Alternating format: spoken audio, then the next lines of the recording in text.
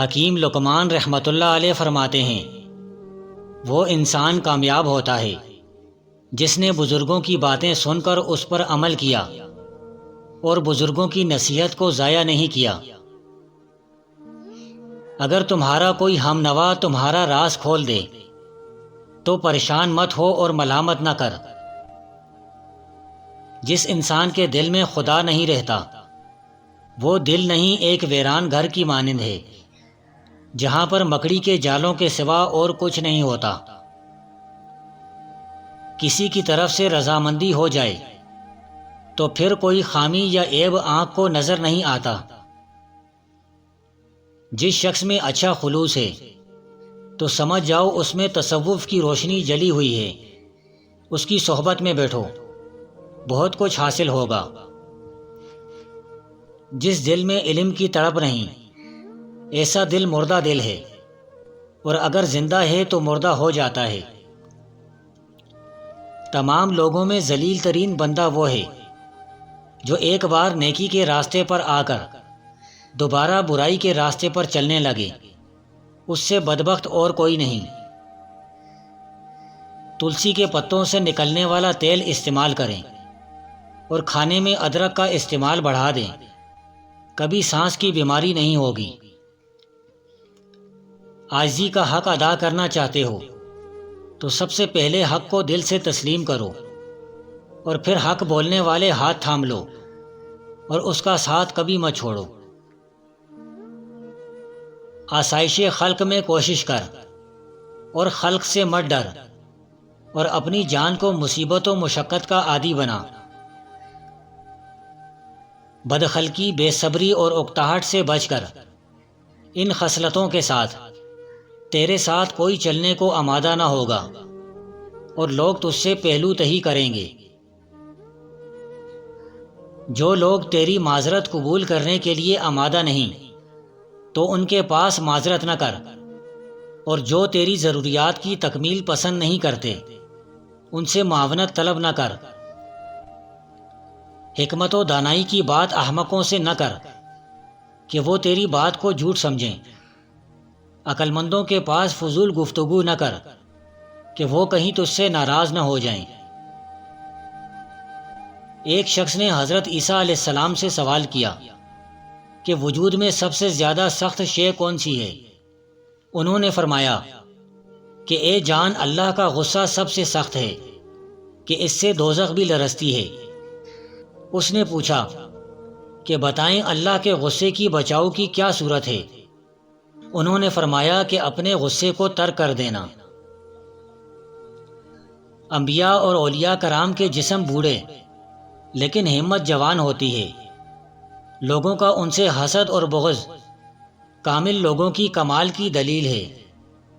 اگر حاسد یہ جان لے کہ ان کے ساتھ قیامت میں کیا ہونے والا ہے تو وہ کبھی کاملین کے ساتھ برا سلوک نہ کریں۔ خبردار ایسا نہ بن جیسے طوطیوں کے سامنے لشکر، بلکہ زہر بن اور نقصان سے محفوظ ہو جا۔ انبیاء کرام کے جسموں کے اعضاء اللہ کی جنت اور دوزخ کے مظہر ہیں، کیونکہ وہ اخلاق خداوندی حاصل کر چکے ہیں، اس لیے ان کے مراتب تصور سے بالا تر ہیں۔ جو فکر انسانی میں سما جائے وہ فانی ہے، خدا نہیں ہو سکتا۔ خدا وہی ہے جسے عقل نہ سمجھ سکے۔ کاملین کے گستاخ کبھی جرت نہ کریں اگر یہ جان لیں کہ ان کے باطن میں کیا ہے۔ بیوقوف لوگ مسجد کی تعظیم تو کرتے ہیں لیکن بزرگوں کے دل کی تعظیم نہیں کرتے، جو کہ حقیقی مسجد اور خانہ خدا ہے۔ توبہ وہ کرتا ہے جس نے گناہ کیا ہو، آہ وہ کرتا ہے جس نے راستہ گم کر دیا ہو۔ اولیاء کرام کے دل کو ستانا قوم کی ہلاکت کا سبب بنتا ہے۔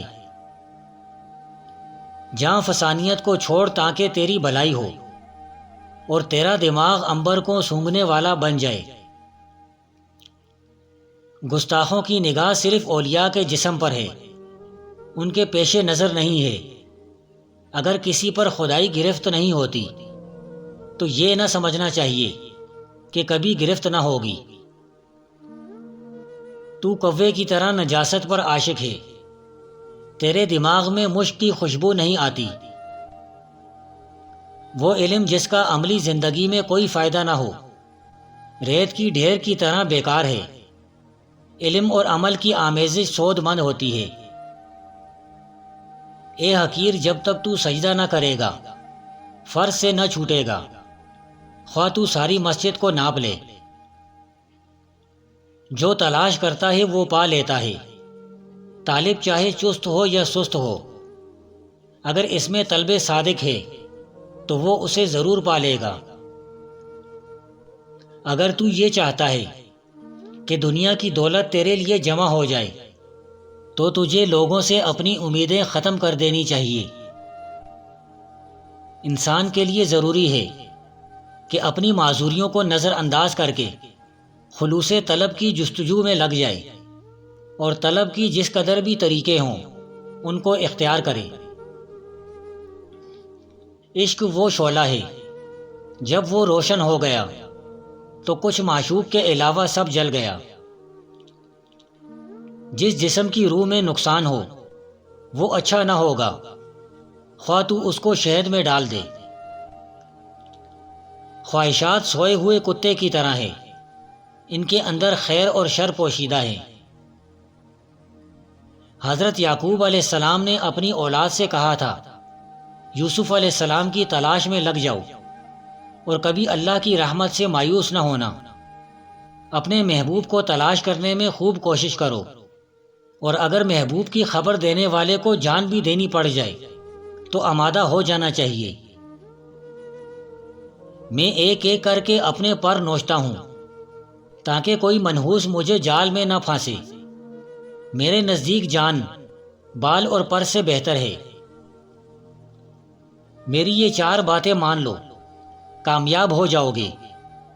پہلی، دستک دو، وہ دروازہ کھولے گا۔ دوسری، گم ہو جاؤ، وہ تمہیں سورج کی طرح چمکا دے گا۔ تیسری، گر جاؤ، وہ تمہیں آسمان تک بلند کر دے گا۔ چوتھی، فنا ہو جاؤ، وہ تمہیں لافانی کر دے گا۔ جب نگہداشت اور تقوی نہ ہو، خبردار آلہ کو پھینک دے، اختیار کو چھوڑ دے۔ اگر آپ خود کو مادی زندگی کی جیل سے آزاد کرانا چاہتے ہیں تو آپ کو چاہیے کہ آپ اپنے نفس کے بارے میں جھوٹے احساس کو ختم کر دیں۔ درویشی مصیبت کی نہر ہے، اور اس کی تمام مصیبتوں میں عزت پوشیدہ ہے۔ ظاہری طور پر مشکلیں نظر آ رہی ہوتی ہیں، لیکن پس پردہ راحت اور سکون چھپا ہوتا ہے۔ جب ہم اپنے آپ سے شدید جنگ لڑ رہے ہوں تو دوسروں سے لڑنے کی کیا ضرورت ہے؟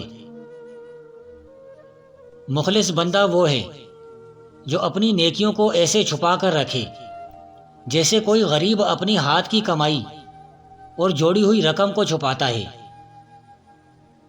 اللہ کے قریب ہونا چاہتے ہو تو اپنے نفس کی ہر خواہش کو مٹی میں دفن کر دو۔ جو نصیحت سن کر فوراً عمل کرتے ہیں وہ لوگ خوش قسمت ہیں، اور ان کو جلد بہت بڑا اجر اور محنت کا پھل ملے گا۔ بھوکے کے پیٹ میں ایک لقمہ ڈال دینا کسی بادشاہ کی صحبت میں 100 سال رہنے سے کہیں زیادہ بہتر ہے۔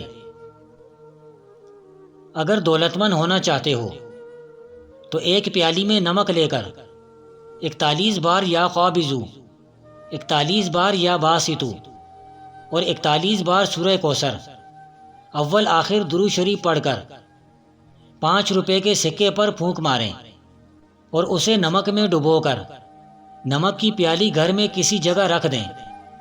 جلد دولت مند ہو جاؤ گے انشاءاللہ۔ عقل مند آدمی کی یہ نشانی ہے کہ اس کے پاس مشعل ہوگی اور وہ قافلے کا رہنما اور پیشوا ہوگا۔ بدگمانی کو اپنے اوپر غالب مت کرو کہ تمہیں دنیا میں کوئی ہمدرد نہ مل سکے گا۔ مرد کامل تو وہی ہے جو دشمن کو دوست بنا سکے۔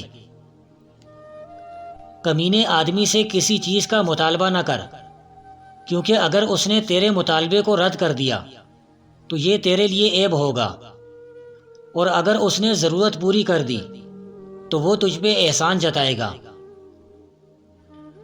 تو نہ اتنا شیریں بن کہ نگل لیا جائے، اور نہ ہی اتنا تلخ کہ تھوک دیا جائے۔ ادب کے اعتبار سے بہترین شخص وہ ہے کہ جب اسے کوئی ضرورت پڑے تو وہ لوگوں سے دور رہے، اور جب لوگوں کو اس کی ضرورت پڑے تو وہ ان کے قریب ہو۔ دوسروں کے ساتھ ایسا سلوک مت کرو کہ خود کو ذلیل و خوار کر بیٹھو۔